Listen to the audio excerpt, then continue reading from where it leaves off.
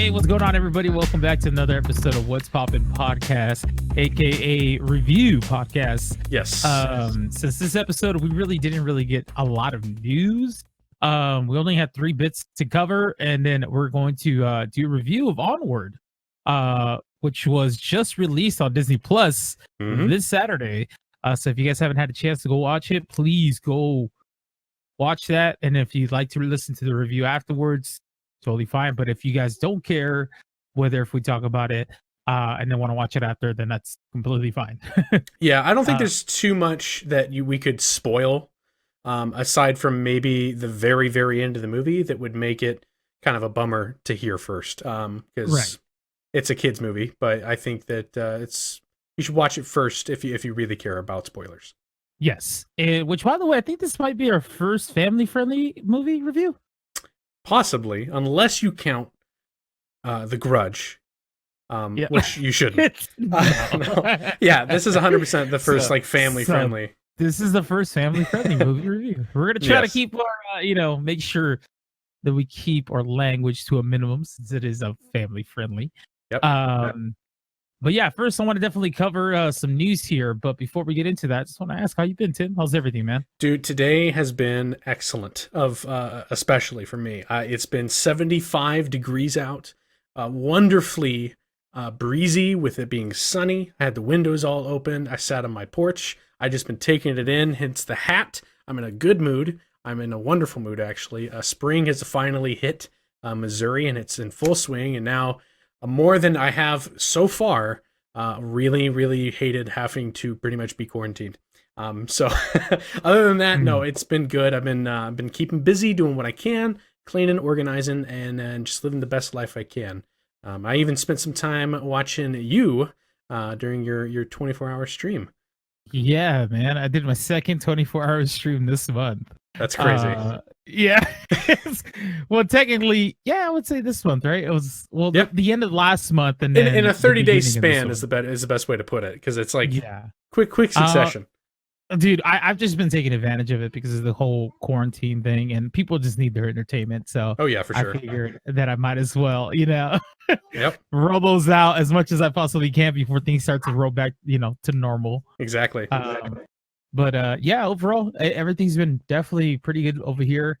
Just staying safe. It's the weather's been very bipolar, to say the least. Okay. It's raining for like 4 days, and then it's sunny, and then it's raining again, and then it's just drizzling, and it's just like, what is going on? And earlier today, it was raining, right? It stopped, and then the sun came out, and then it was raining when the sun was out too. I'm like, what is going on? That's just 2020 for you, man. It's just the apocalypse is messing with the weather now. Yeah, man. It's just it's full effect, man. It's nuts. But other than that, everything's been pretty good, man. We've just been, staying safe and all. But I hope you guys are taking care of yourselves as well, guys. But before, I just want to go ahead and get into some news here before we get into the Onward review. But so the first thing up here, we have that Bob Iger has said that there may be a few more films that end up going directly onto Disney Plus. Okay. He adds, though, that for most big tentpole Disney films, that they will continue to delay them and release those theatrically when possible. So I'm assuming like Mulan or like those bigger end movies, they're probably not going to end up on Disney Plus. Yeah, I think that's what he means by tentpole. It's probably the Marvel movies, I'm guessing. If there was a Star Wars, which I don't think there's going to be Star Wars for a good bit. No. Definitely not Mulan. I don't know what movies he would be talking about, though, because I don't know that much either. So it's interesting. Yeah, that's I don't. Yeah, maybe. Well, has episode 9 has that been released on Disney Plus yet? Because that could be the next thing that's coming up, because that was already been out for a bit. Yeah, it's been out on at least Blu-ray for, I think, a couple weeks now. Let me check. I have the Disney Plus app. Let me check through that real quick, see if I can find it. But I don't remember seeing it on there. But, of course, I haven't been glued to the Star Wars page either. Yeah, right, exactly. But, it logged me out. I'll have to log in later. I'm not sure. Maybe you guys can let us know if it is. We'll check it also afterward. If it isn't, I'm sure it will be very, very soon, because they've been pretty good about, at least with the Star Wars movies and I stuff. figured that'd probably be the next thing that comes up available. So I don't know what other films he could be referring to as well, because I know that Mulan is definitely one of those films that they've been advertising pretty damn good. I would doubt that would end up on Disney Plus, but if it does, that'd be amazing. I would like it if they did, personally, because I mean, I'd rather see it now whenever it's supposed to kind of been out ish around this time, rather than waiting, forgetting about the movie entirely, only for it to go, hey, check me out, and I'm like, I got thousands of other things to check out, I can't. I'd rather see it kind of now. So if they do put it on Disney Plus, then hell yeah. But right now, for now, it's a mystery what he's going to put on there. I think there's probably going to be quite a bit more family-friendly things coming, just because Disney Plus's Twitter has been pretty consistently every week being like, hey, here's like 20 things we just added. Yeah, exactly. So they just been rolling out with like adding older films on there. So I'm happy with that, man. And this is good news, honestly. This is really good news. But other than that, that's pretty much for Disney Plus related news. Okay. Now I have some horror news here. Jason Blum has teased that they are finishing up the first trailer for Halloween Kills, and that will release very soon. So that's cool. Have you seen the last Halloween movie yet? Well, that's the one that's technically a sequel to the first one, but called the same thing, right? Just Halloween. Yes, I've seen that one. 2018. Yes, I think it was 2018. Yeah, 2018. Did you like it? Well, I got to be honest with you. I was on board with it until a certain shot of teeth hitting the floor and other things. Okay. Kind of grossed me out to a point where I was like, I don't know if I enjoy this. I can see what they're going for, but that messed me up in a way that I guess it was trying to. So I guess it succeeded. But that was a push for me where I was like, okay, all right, I'm going to be watching this with a bit of cringe, just internally. Got it. But I think overall it was a good slasher flick. I think that I'm confused by the ending a bit. I didn't understand how certain things happened. Yeah, they left it open because sequels. Yeah, but other than that, I was like, how did he do that? I don't know, but other than that, yeah. Michael, man, that's Michael Myers for you. He's definitely more supernatural than anything. Yeah. At this point, right? So yeah, this is good news. I actually enjoyed the classic 1979, and I enjoyed the soft reboot, sequel. Right. I thought it was entertaining. The ending was a little weird to me too. Kind of wish they would have ended it just where it was an ending, but I get that they want to do sequels, so yeah, we'll see how it goes. And also, didn't the director leave comments saying basically like this is going to be a third and fourth film? Didn't you mention that in the past? I believe that he's wanting to make. Yeah, so he's doing one more after this. Yeah, and that's it. Well, apparently, I mean, we don't really. I mean, they say it's it, but they say that's it, but not really, right? Yeah.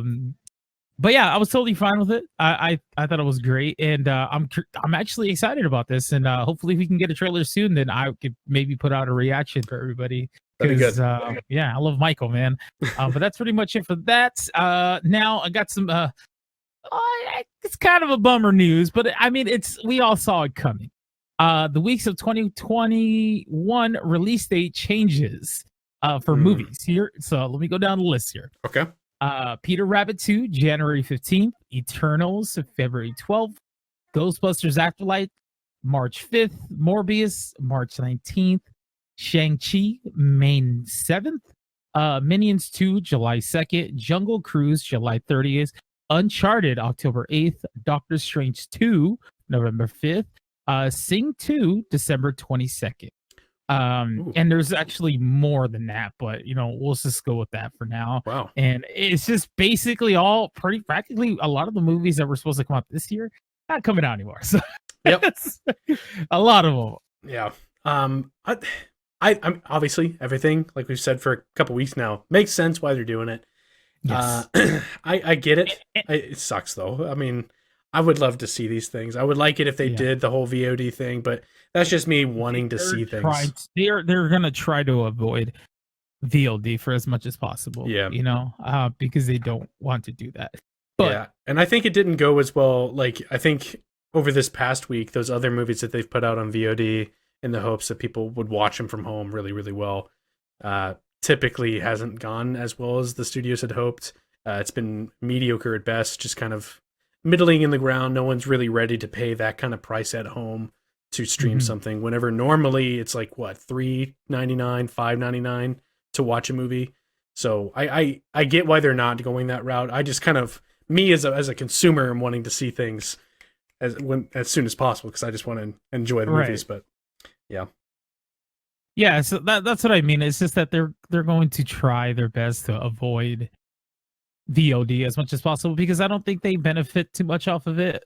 But we'll see. I mean, at this rate, anything that is being announced, dude, is just a placement date. I don't think anything's set in stone.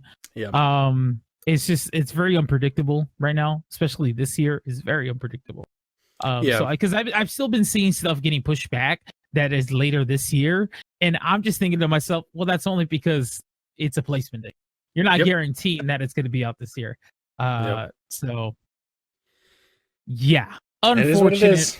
It is what it is exactly. But that's it for the news, guys. You know, I hate to end it on a bummer note, but it's not over yet because we have an Onward review to do, and I'm actually excited to get into this because I'm curious to know what you think about this movie because I haven't been excited for a Pixar movie in a long time. Wow. I'm just gonna be completely honest with you. So you know, we'll definitely get into that right now. But if you guys could please do us a solid favor, once again, just a quick reminder to be sure to follow and share the podcast on social medias, guys. You guys have been doing great by downloading, following it, sharing it.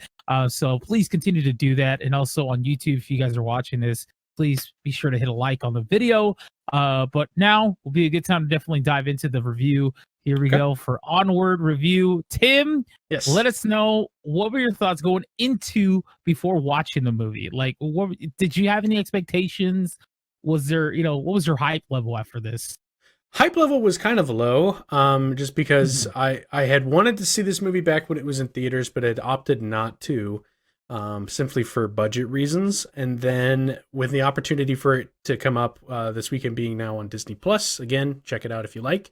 I kind of was like looking forward to it because I got nothing else to really watch that I haven't seen 1,000 times already at the house, and so I just wanted to throw it on. Me and my wife sat down. And the only exposure we had of what Onward kind of is while the other movies that are coming out in the theaters, they had the trailer for Onward in the theater. And those trailers intrigued me and made me laugh in a couple spots. Specifically, if you've seen the trailer, seeing a unicorn eat garbage and all this other stuff, it was just like, whoa, I didn't expect that. So overall, I was kind of looking forward to it, but I didn't know at all what to expect from the story too much. So went in pretty blind on this one. Okay.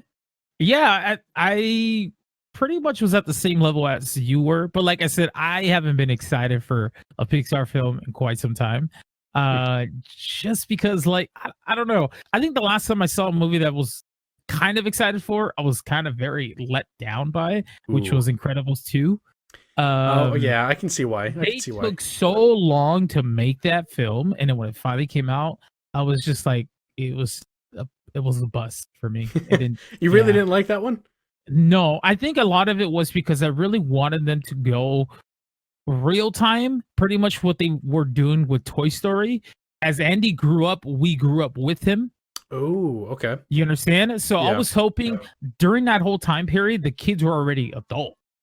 Instead of it taking place like literally right where the last one left off. I gotcha. Yes. Okay. So that's what I personally wanted, right? But I still went in open-minded, watched the film, hoping that I would like it because I really loved Incredibles 1. That was like probably one of my favorite Pixar movies of all time. Like, it's up there for sure. Oh yeah. So my expectations were pretty damn high for 2. Even though I was already kind of let down that the story wasn't going to be, kind of what I was hoping it would be. Right. Still went open-minded, and I did not enjoy it. Wow. So that was the last Pixar film that I was, somewhat hype about, but then let down. And then you already know how I feel about Toy Story 4. So but don't need to bring that up. Yeah. So Onward, when I watched the trailers and stuff, it looked okay to me still. Mhm. I thought it was it was okay. So I still wasn't too excited about it, but I do like Tom Holland and Chris Pratt. So Yeah. I was like, all right, we'll give it a shot. We'll see how it is. Mhm. Not only that, it's an original Pixar film, it's not a sequel. So that got me intrigued a little bit, right? So let's see what they go with this. Mhm. Now, let's get into our thoughts here. Okay. What did you think of the film? I thought, and this is a quick one-liner I came up with, is I think the movie can be summed up as baby's first D&D session, Dungeons and Dragons session. Yeah. It's very introductory, plays a lot off of Dungeons and Dragons in a very fun family way that I really appreciated as a fan of Dungeons and Dragons and a fan of a lot of different fantasy tropes. A lot of different things that were subtle throughout the film of nods to whether it be Tolkien or other fantasy epics really made me kind of go, I appreciate that. Like, I understand what you're doing. There was so much level of detail in this film. Like, it was ridiculous, man. The background, just the animals, just everything was just like a nod to something related to either a fantasy movie or obviously D&D. Like, there's it's heavily forwarded towards D&D, but like, there was so much cool things for everybody to catch. And while I was watching this, I thought about you too. All right, because I was like, dude, this is Tim's like calling all over it. I was grinning ear to ear every single time I caught something that was Tolkien-esque, and a lot of D&D things too. Like the whole there's a ongoing joke throughout the film, and if you don't want to worry about spoilers, don't worry, I won't spoil it. Of a thing called, I think it's called like the gelatinous cube or something like that. It's how they put it. I know that from playing the board game known as Munchkin. If you've ever played that board game, it's a blast. And there's an enemy in that. It's called the gelatinous cube. And it's really weak. So I didn't know that was from something. I thought that was from the card game. And here we go. It's being talked about in the movie. I'm like, oh, that's cool too. But yeah, it's loaded with a lot of references. The detail in the animation is impressive. I think it's not as good as the animation from like Zootopia, which I thought was god tier when it came to 3D animation. Yeah, you're not wrong there. But, yeah. But I did find it to be pleasing to the eye. I liked the art style. I liked a lot of the moments in the movie because of the way it looked. So for me, I thought that it was very strong in those areas. I don't know if you found it had similar strengths or. Animation, I thought it did pretty damn good. I'm not gonna lie. I really enjoyed the animation to it. The voice acting was on par. The only thing that I don't know. I was hoping that Tom Holland's character wasn't gonna be Tom Holland. What I mean by that was I feel like he plays the same character a lot. Yeah. And this character was if he was playing himself. Just like the goofy side of what Peter Parker is in Spider-Man, that's what he is in this. The shy, kind of clumsy, nerdy character. Yes, exactly. But without the Spider-Man. So we got more Peter Parker than Spider-Man in this, and that's pretty much what it is. He plays that same character. Same thing kind of with Chris Pratt, but I thought Chris Pratt held this movie a lot. Chris Pratt's character was fun, and he reminded me a lot of buddies of mine from college, and just the attitude, the maturity level, the jokes. Yeah, even the van. He was very lovable, dude. He was just very lovable. And I love that. And the mom too. The mom character, which is played by Julia Lewis. She was in Seinfeld. I don't know if you remember her. But she was multiple. Obviously, you guys know who Julia is. But she played the mom of Tom Holland characters, Ian and Chris Pratt Barley's, and she was good too. And she wasn't an annoying mom or anything like that. No. She was very supportive, cool, open-minded, which it caught me off guard because when they were trying to get the body of the dad to show up. with the staff. With I magic, thought she was gonna be one of those annoying moms, kind of like, oh, like, well, what are you guys up to or whatever, Mm-hmm. And just the basic like movie trope of a mom where it's just like she wasn't gonna believe them or something like that. But no, she was very supportive. She was there the whole time when he was attempting to summon the dad or whatever, but it just wouldn't happen. I thought it was good. I thought she did great, and I think everybody else in terms of voice acting did a phenomenal job. I like I said, the only thing that just kind of like brought me down a little bit was just the fact that Tom Holland literally played himself. Right. Yeah. Yeah. There's nothing different. I thought he was gonna play kind of a different-ish character. I thought I mean, the character development was definitely a lot better there because towards the very end, he I don't want to have to spoil that or anything. But towards the very end of the film, he does have a moment that that we all kind of felt. It got to me towards the very end. It definitely got to me a little bit. Yeah, I was gonna say, like, without spoiling what it is as a reveal or the culmination of it is, it's very much a theme of fatherhood with the son being a father with your sons and sons and their fathers, and it hit me on an emotional level, and I didn't expect it to. I mean, I was getting through it just fine, and right there at the end, I was like, and it's not even just the whole father-son thing. It's the brotherly love that they have. True.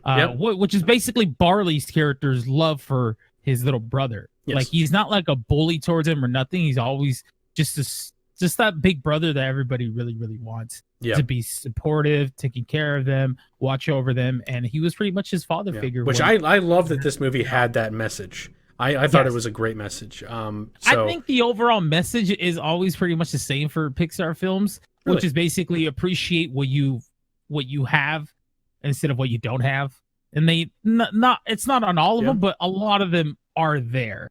They do deliver that, and it's definitely for this. Yeah, it's a through line for Pixar. This one was specifically like more on like the guy side of things, like honed in on that. So it hit me a lot harder because of that. But yeah, I agree with you. Like, Pixar has been good on hitting that through line, which is a beautiful through line. So I liked this movie for that reason too. Did we want to talk about like the story at all? I think we should just a little bit. If you want to go ahead and just break it down, what do you think would just pretty much the basic premise of the film, which is pretty much very easy to tell because if you just watch the trailer. So yeah, if you want to go ahead and break it down. Yeah, there are two sons living with their mother. This is a fantasy world that upon the discovery of technology and electricity, a lot of people are like, magic and the old way is way too hard. We're going to become suburban people and city folk. And so they go and have electricity and all this other stuff. And there's a lot of cool shticks, like I said, about the unicorn eating trash and different things like that. But yeah, you have two sons and a mom living in a house together. The son, I take, was college age. I believe they reference that he was in college. And the son is in high school. We don't know exactly how old through high school. But I think he's added the age of adulthood, at least. He was 16. Yeah. To be exact. So I believe that's like sophomore, junior age. That is junior in high school, so 11th grade. Yeah. And so basically what you come to realize throughout the movie is that the dad's not in the picture. And the reason for that is that he got really sick and sadly passed away before even the youngest son could really know his father at all. And so he's missed that part of having that parental figure in his life. And upon his birthday, as part of a present, his mom reveals that his dad left him and his brother a gift. They unwrap it, and it is a magical wizard staff with a cool spell on it that says, hey, do this, and you will get to see me again for a day. Yep. And they have to go on a big quest throughout the whole movie to try and make that happen. And they have a bunch of ups and downs, kind of meeting characters, a lot of crazy stuff that goes on to try and see that through. And it's a fun adventure. Yeah, so basically that's pretty much the whole premise of the film. One thing to add there is that the fact that they get everything that they need to try and summon the dad back to life, but one of the pieces, which is like the stone, ends up shattering, and now they have to find another stone to bring the rest of their father, Yeah. the other half of their torso, to Which bring them back, which they only have 24 hours to do. right, and he can't hear anything because he's just the lower half, so they have to like tap on his foot certain beats or Yeah. responses, and it's very very funny as a mechanic. As I was watching the movie too, I was thinking, I wonder if it would be funny if that actually wasn't their dad, but then it was just somebody else. It's like Dwight from The Office.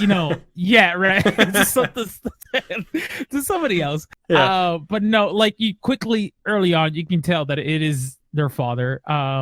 Because he has like these signals where pretty much he'll touch their feet to let them know everything's okay, or just little things here and there. And the oldest son, I believe, had like a habit of like drumming a little tune on his father's shoes when he was a baby, or like a little kid, and so he does that to the dad's shoe to let him know that it's him, and the dad does it back. So like that's a confirmation that it is the dad. Dude, that was like a good little thing that they added in. That was a nice little detail, and I thought it was really nice. Yeah. But yeah, I thought overall, I think it was a pretty good film. Like I said, me going into it, no expectations, not even really wanting to care to watch it, to be completely honest with you. But coming out, watching it, the way it made me feel towards the end of it, I thought I was worth it. I'm glad I did. So good. I definitely want to any final thoughts before we get into actual ratings here? Non-spoiler thoughts? No, I think we've talked about it pretty well. I will say that the music didn't capture me at any point. I didn't know this movie like at all for its score. I can't even think of a tune that came from the movie. No, the music was whatevs. That's a good point to point out. I didn't think that the music wasn't really too much of a standout for us. The colors and the characters are definitely are a standout. For me, one of the main characters besides Chris Pratt's Barley's character were the fairies, the biker fairies. Oh yeah, yep. In the film, I thought they were hilarious. They're just, I don't know. I just thought it was funny too that they just didn't fly either, which they address in the film why and all this stuff. But so I like that a lot. Yeah. Was there anything else like any standout characters or anything like that to you? Standout characters? No, actually that's a lie. There is one other standout character that I was impressed by. I didn't think of anything of this character at first, but as he kept appearing throughout the movie, I actually grew to like him a lot, and that was the stepfather. Okay. I actually kind of enjoyed him and laughed at it because it was well performed, I thought. But that's just my thoughts. But yeah, I'm ready to give this a rating. I don't know about you. I am absolutely ready here, but I want to let you go ahead and start. Let me know what your rating was. Okay. I think it's a solid 4 out of 5. Buttered. I think that it's a really fun family film. It's baby's first Dungeons and Dragons experience, and I think it has a really good message behind it. I think that a lot of the humor can be enjoyed by an adult audience, although there's quite a bit of humor that is for kids in there. I think that there's a good amount of visuals and stuff like that will keep pretty much the whole family intrigued. I mean, obviously, if you're somebody who hates cartoons, then you're gonna want to not watch this with your kids. Mm-hmm. But I think overall, kids are gonna have a great time with this. Most families, as a good family film, will enjoy it. So yeah, I would say it's buttered. 4 out of 5. Nice. Okay. I respect that. I agree with you 100%. I think this is definitely a good family film. I think not even just for kids, for the adults too. There's a lot of nods, like I said, to like movies and D&D. And D&D goes way back. So, I mean, for anybody that does play that, for sure, you guys will get some enjoyment out of it for all the little nods that they have. Like, I'm telling you, this movie has incredible detail. Just paying attention to the background, like the books or the board games that are on there, the cards, the restaurants. They're always like just little nods here and there. You're just like, oh, okay. Like, it was really cool. So now I'm torn here because I want to give it a 4, but a part of me is really telling me to give it a 3. Hey, do you, man? That's what you got to do. Be honest to yourself. So I think I'm going to have to go with a 3. It's definitely enjoyable to watch still. Didn't it wasn't an incredible film. It wasn't like a standee, like you said. Music was forgettable. Yeah. It was just entertaining, and it was a cool film. I enjoyed it for sure. So I definitely am gonna give it a 3, which is gonna be a plain. So close to like a 3.5, honestly. But there was a couple of things that I think, like I said, are like whatever's to me. Tom Holland's performance. It's not that his voice acting did anything wrong for me. It's just his character. It's Peter Parker pretty much. Just in a animated movie. Right. So it wasn't anything new to me. Chris Pratt, awesome. But everything else, so 3 for me. Okay. Yeah, definitely check it out. But yeah, that's pretty much it for Onward review, guys. It is now available on Disney Plus, so I would highly recommend that you go check it out and pretty much just give your own opinion. Regardless, even if we end up giving a movie a low score, we'd always recommend that you guys go watch the movie yourselves to be your own judge. Yes. Of film. So please, by all means, don't ever take anything we say personal about a film. It's always just our own opinions on how we felt about it, but we do respect that everybody does enjoy our opinions about these films, and thank you very much for that. Yeah, I think that the beauty of what is art and film being a really, really like culmination of the arts experience is that it serves different palettes. Not every movie is going to cater perfect for everyone, and it's going to cater perfect for someone. And so giving our reviews, maybe we love it, maybe we hate it. You may be feeling the opposite, but the only way you're going to know is giving the movie a chance, which this obviously has the perfect opportunity to do so because it's on Disney Plus, and Disney Plus isn't that expensive. Exactly. Yeah, no, exactly. And you can even sign up for the week and just you get a free trial, I think. Yeah, you get a free trial and watch this movie. And this movie wasn't even out like longer than like a week or 2 in theaters before it even got put onto Disney Plus. And so huge shout out to Disney for doing that, because a lot of people were really excited that it got up on there. They're like, well, what the heck, this is a bonus, this is a plus. Right. So, and I also think that they probably did that. I think they also probably did that as a convenient thing for parents, because I imagine keeping kids entertained during this time where they can't really go out and do things that often is a challenge. So that's another good thing that Disney's been doing. Disney right now, me personally, I think they're doing a hell of a job. Yeah. During this whole mess of a crisis pandemic thing going on right now, man. In terms of them, financially taking care of their employees, or just adding movies available for people to watch to keep people entertained and just kind of distracted from the mess that this world is in right now.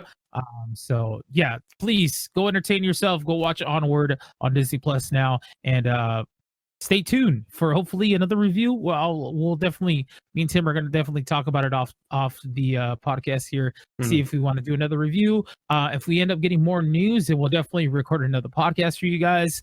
But as of lately, just news has just been kind of dry and dead here. So or repetitive.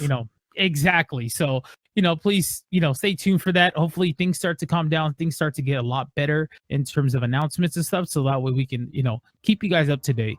But other than that, thank you guys so much for listening or watching. We really do appreciate it, Tim. It's always good to talk with you, man. Same to you, my friend. Everybody that is listening, we'll see you guys on the next episode of What's Poppin' Podcast. See ya. Take it easy.